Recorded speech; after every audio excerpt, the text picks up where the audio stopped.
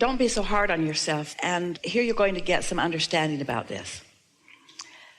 The reason that working for someone else has advantages, disadvantages too, because you're less free. But the reason it has advantages is because usually, not always, but usually they already have some momentum going. So as you hear them, see them, talk to them, you're able to dovetail with the momentum that they already have going. And then you can do the more unique or specific things that they're asking of you. Where when you are working for yourself, you have a broader repertoire of things, some of which you don't have momentum for. And so that momentum, the understanding and concept of momentum, dovetails with law of attraction more significantly than any other word or any other concept, because that's what law of attraction does. It causes momentum. But when you offer opposing thoughts close on the heels of each other, then momentum is hindered, because I want it, but I want it because allows a little more momentum to get going. I want it, but slows the momentum right away. So you're just talking about momentum that's already underway. Now, of course, you could work for someone else and experience the benefit of that momentum, and then later feel that your toes of freedom are being trampled, and then you could cause that momentum to slow because there is some other reason that you're pushing against. So, have you been listening to us for a little while? The life that you've been living makes this seem reasonable to you. You're feeling resonance with it because the laws of the universe are consistent. And so as you just watch a little bit what's happening with you and then apply them with the ideas of these laws that we are speaking about, it does sort of help you with some momentum. The reason that we ask is because there is a process that we offered some years ago. It's one of 22 processes in the back of the Ask and It Is Given book, which read only this process. This process will help you, but here it is. Segment intending says, here I am in a moment of time, and a new segment is simply a new focus where things have changed just a little bit in terms of your intention. So for example, when you get into your vehicle, that's a new segment. When you walk into your office, that's a new segment. When you answer the telephone, that's a new segment. When you make a telephone call, that's a new segment. And the power behind deliberate segment intending is focus. It's not being distracted. It's deciding what I want. It's focusing in a way that causes less resistance, which allows more momentum. Because resistance is the only thing that slows momentum. So for example, let's say that you were going to talk about a big segment of your life, a major segment like living happily ever after. So you say, in this segment of my life, I intend to do things that feel good to me and focus upon things that feel good to me and criticize as little as possible and enjoy life. Now that's really general, but it's a big segment and there is momentum in that.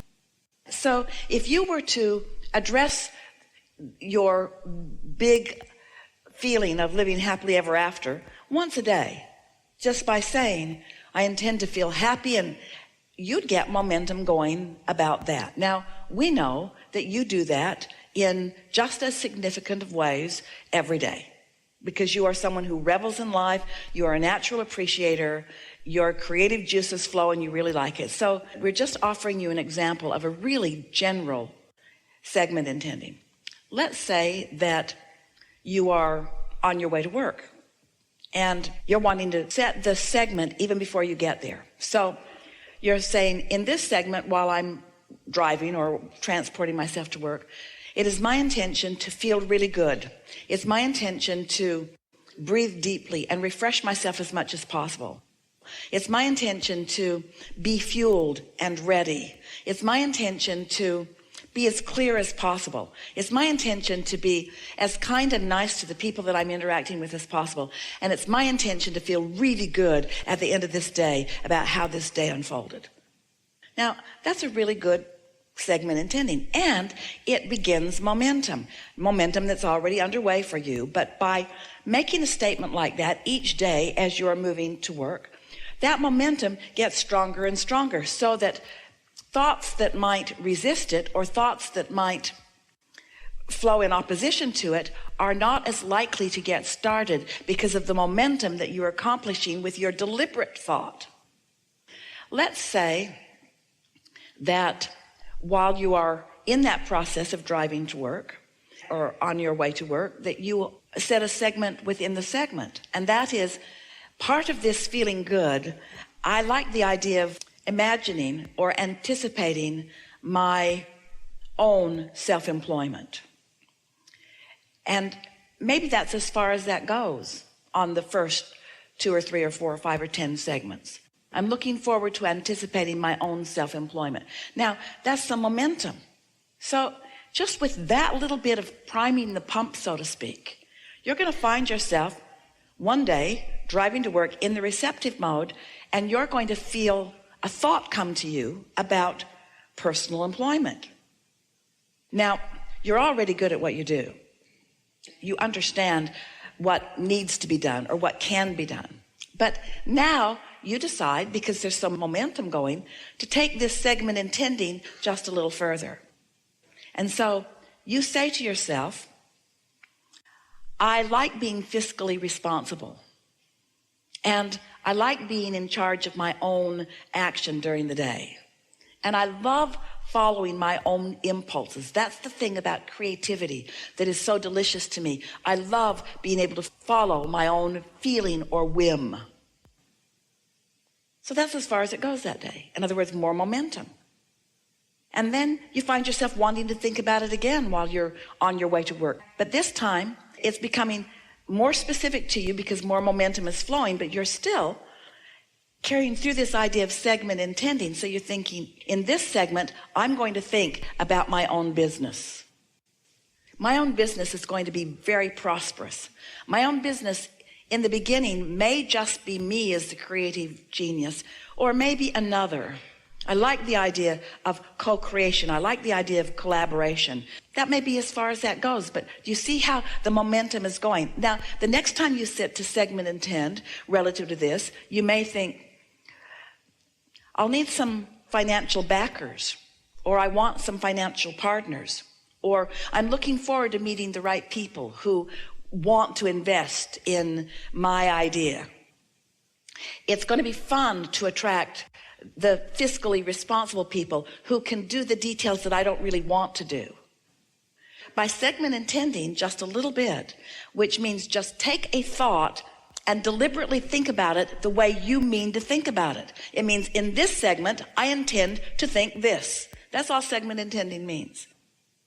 But what happens is, as you are doing more and more segment intending, more and more momentum about these subjects takes place. So what's happening is you're preparing yourself for the receiving mode so that you're in the right place at the right time for an idea to come or for someone to rendezvous with you. You know how when you meet up with someone who's got a really good idea and juices flow, how good it can sometimes be. But most people don't then let it be. They kill it with their doubt because they haven't segment intended themselves into positive expectation. Now that's a new understanding of segment intending. We're coupling it with the thing that has always made it work, which is momentum. You evoked it from us because of the power of your desire, and because you're like most people, you can talk yourself in or out of about anything. You can, can't you? Segment intending is talking yourself in to alignment with source energy relative to a subject. I'm intentionally having these thoughts because most people who have negative thoughts about possibilities or derogatory thoughts about themselves or others are not doing it intentionally. No one starts a segment by saying, while I'm driving to work today, I'm going to be as hard on myself as possible. Nobody does negative segment intending. You do that by default. You do that because negative momentum is sweeping you. You get what we're getting at? So it's easy. So many people talk about most businesses fail within da-da-da-da-da-da, and it's unless you've got really good backing. There's all that stuff that has been said to you or that you've picked up along your way that is in the way of any momentum. So almost as soon as the idea comes, it is contradicted by a belief. A belief is just a thought that you continue to think, and it is simply unnecessary. By deliberately segment intending, you will get the momentum going. Hear this. By deliberately segment intending, you will get the momentum of your desire moving fast enough within you that it does not matter what you have believed about that subject in the past. Powerful. And then you find yourself just thinking about it because it's fun to think about it. Sort of the daydreams, the imaginings, ideas coming and just running with them. It takes a strong desire to feel good to create your own reality. And a little bit of contrast certainly puts a lot in the vortex. But you cannot get to where you want to be by focusing for long periods of time on things that cause you to feel fear.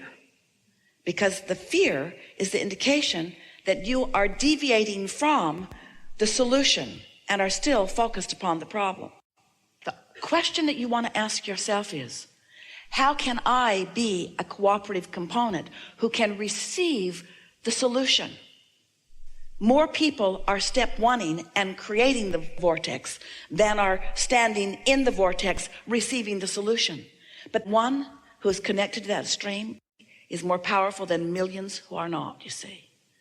So if you could step back just for a moment from the thinking that I need to get into the vortex or I need to get into the receiving mode so that I can receive the solution, so that I can pronounce it and explain it to all mankind.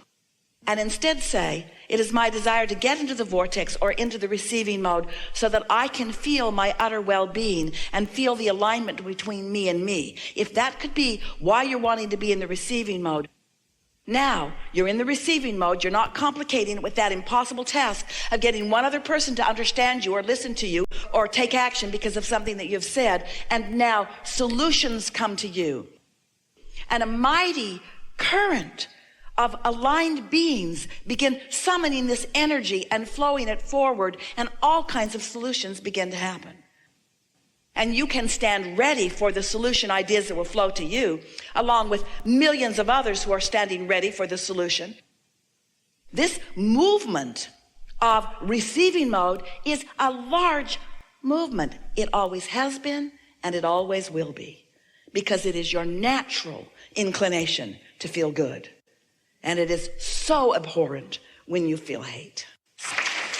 So what that's all about is humans often needing or wanting to see the manifestation before they can feel that way, because it feels sort of freaky.